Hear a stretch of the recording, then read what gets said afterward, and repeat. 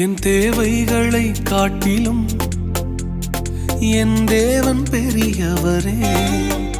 என் சூழ்நிலையை பார்க்கிலும் என் இரட்சகர் பெரியவரே. என் தேவைகளை காட்டிலும்